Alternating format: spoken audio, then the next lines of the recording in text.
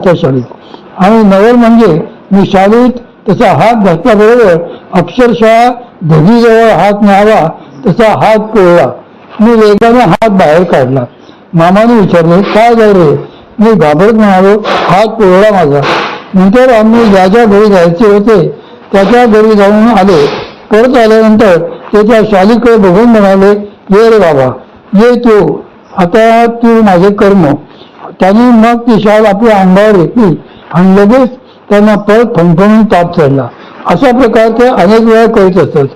पण परमपूज्य मामांचा स्वभाव मुळात असा होता की ते अशा सिद्धीचा किंवा चमत्कारांचा म्हणा स्वतःहून वापर करीत नसत।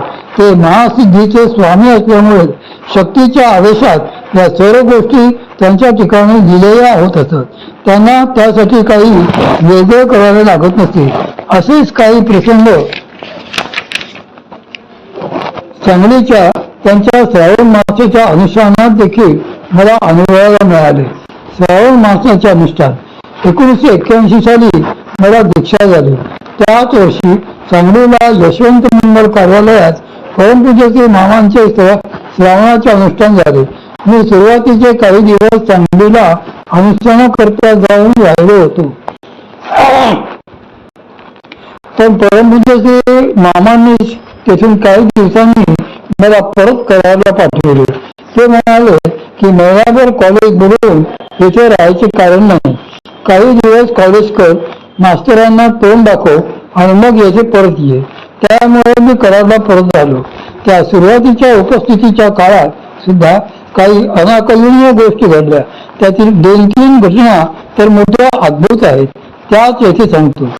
परमपूज्य मामांची अशी पद्धत होती की त्यांचा रोजचा श्रावण अनुष्ठानाचा कार्यक्रम संपल्यावर रात्री बऱ्याच वेळेपर्यंत त्यांना कोणतरी तज्ज्ञ मालिश करीत असे। दिवसभर सतत मांडी घालून बसल्याने अवघडलेल्या हातापायामध्ये रक्तसंचार नीट व्हावा, तसेच अंगातील उष्णता कमी व्हावी म्हणून ते मालिशचे उपचार घेत असत। ते चालू असताना मामा साधकांशी गप्पाही मारत असत। त्यांच्या भोवती अशा वेळी अनेक साधक जमायचे। साधारणपणे 12:30-1 वाजला की ते सगळ्यांना आपापल्या घरी जागेवर पिटाळायचे, म्हणायचे, चला आता झोपा। सगळे झोपी गेले की ते तेथून उठायचे, हातपाय धुवून यायचे आणि आपल्या गादीवर 5-10 मिनिटे आडवे राहायचे। नंतर लगेच उठून बैठकीला बसायचे। 4:30 वाजता बैठकीतून उठून परत त्यांचा पुढचा नित्याचा कार्यक्रम सुरू होत असते। चांदीच्या रुपयाची शय्या। ते हातपाय धुवायला गेले की तेवढ्या वेळात त्यांचे बेरिंग उघडून त्यांची गादी घालून ठेवण्याची सेवा मला मिळाली होती। एक दिवस असेच ते नेहमीप्रमाणे मालिश नंतर बाथरूमला गेले आणि मी त्यांचे बेरिंग उघडून ठेवले, गादी घालून ठेवली व ते कधी येतात त्याची वाट बघत बसलो। तेवढ्यात ते आलेच। मग ते नेहमीप्रमाणे थोडा वेळ आडवे पडले, त्यानंतर उठून बैठकीला बसले। तेवढ्या वेळात मी इकडे गाढ झोपलेलो होतो। 4:30 वाजता त्यांची बैठक संपली आणि त्यांनी मला हाक मारली। मी परत उठून बसलो। ते म्हणाले, हे बेरिंग आवरून ठेव आणि तू बैठकीला बस। मी आता माझे शौच मुखमार्जन स्नान वगैरे आटोपून पुढच्या कामाला लागलो असे म्हणून ते उठले आणि पंचगुंडावरून स्नानासाठी निघाले। त्यांचे बेरिंग जेव्हा मी गुंडाळायला लागलो तेव्हा माझ्याही डोळ्यावर विश्वास बसेना। चांदीच्या रुपयांचे अनेक ढीग त्यांच्या बेरिंग खाली रचून ठेवल्याप्रमाणे दिसत होते, जणू काही त्या ढिगांची शय्या केली असावी आणि त्या शय्येवर त्यांचे बेरिंग घातलेले असावे असे वाटले। चांदीच्या रुपयांची ती शय्या बघून मी घाबरलो। हे आले तरी कुठून समजेना। काल तर मीच बेरिंग घातले होते, आता हे आले कुठून? आधीच पैसे बघितले की माझा जीव कासावीस होतो। कुठून ही बॅग आली गळ्यात असे वाटते। त्यामुळे मी एकदम घाबरलो आणि मामा कुठे आहेत म्हणून शोधत तेथून धावत निघालो। ते नुकतेच आपल्या खोलीतून बाहेर पडून बाथरूमकडे निघालेले होते। ते पार्टनरच होते आणि मी मागून धावत गेलो. माझ्या पावलांचा आवाज त्यांनी ऐकला असावा, पण माझे वळून न बघताच ते म्हणाले, अरे मूर्ख आहेस काय, तुला काही भ्रम झाला काय, तेथे रुपये वगैरे काही नाही, द्या. ते असे बोलल्यावर मी मुकाटीने पळत आलो आणि बघतो तर काय, खरंच तिथे काही नव्हते. नुसतेच गुंडाळलेले बिल्डिंग होते. तेही मी जागेने कोपऱ्यात ठेवले होते.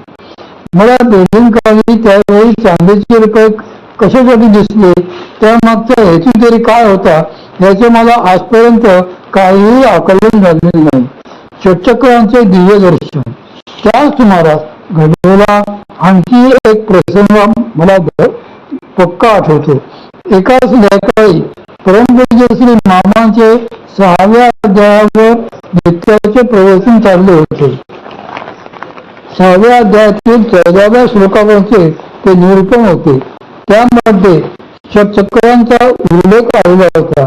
तो असा की साई पदर फुटती चक्रांचे, साई चक्रांचे पदर भगवती त्यावेळी उघडते, भेटते. प्रवचन झाल्यावर परमपूज्य श्री मामा व्यासपीठावर एकटेच बसले होते. रोजच्या प्रमाणे दर्शन घेऊन लोक आपापल्या अल्पकाळासाठी पुढे गेलेले होते. सांगलीला त्यावेळी त्या कार्यालयातील प्रवचनासाठी घातलेले व्यासपीठ खूप उंच झाले होते.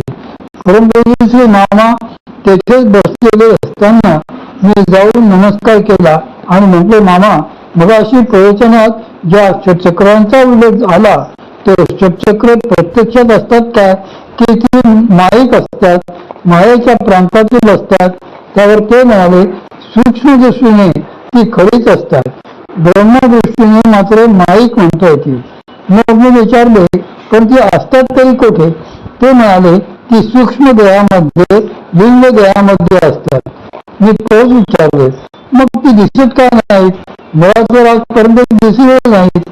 हे ऐकून ते हसले व म्हणाले, अरे तुला दिसली नाहीत म्हणजे ती नाहीतच असा अर्थ होत नाही. सूक्ष्म जगातल्या बऱ्याच गोष्टी तू अजून बघितलेल्या नाहीस, याचा अर्थ असा नाही की त्या नाहीतच. मी विचारले, पण ती दिसतील कशी?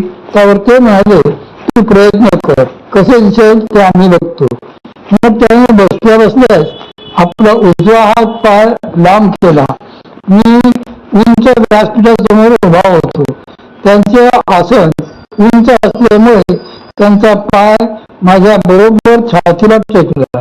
तो स्पर्श झाल्याबरोबर माझे बाण एकाएकी हरपायला सुरुवात झाली. काय होत होते ते मला कळलेच नाही, पण भान हरपता हरपता मला मामांचे एक वाक्य ऐकलेले आठवते की तू माझ्या खोलीत जाऊन बैस, तेथून हलू नकोस. कसा तरी धडपडत अर्धवट भान असताना मी तेथून मामांच्या मुक्कामाच्या खोलीत आलो. तेथे येऊन जेमतेम कसा तरी चतुंजीवर बसलो असते आणि माझे भान पूर्णपणे हरपले. त्या अवस्थेत मी किती वेळ होतो ते मला काही कळलेच नाही. नंतर बऱ्याच काळाने मला परमपूज्य मामांचा आवाज परत खोलवर कोणीतरी ऐकू आला. परमपूज्य मामा मला कानामध्ये सांगत होते की अरे मी सांगतो त्याप्रमाणे कर. ते एक विशिष्ट प्राणायाम प्रक्रिया मला सांगत होते.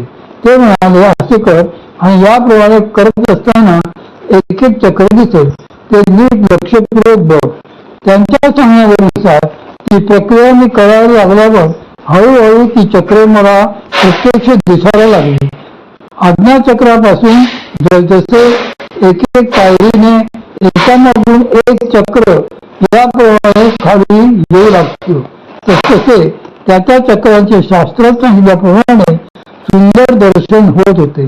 अशी मुळाधारापर्यंत सगळी दर्शन झाल्यानंतर मी पूर्णपणे भानावर आलो. परमपूज्य श्री मामांचे देवी सामर्थ्य असे मोठे विलक्षण होते. मी असे अनुभवलेले आहे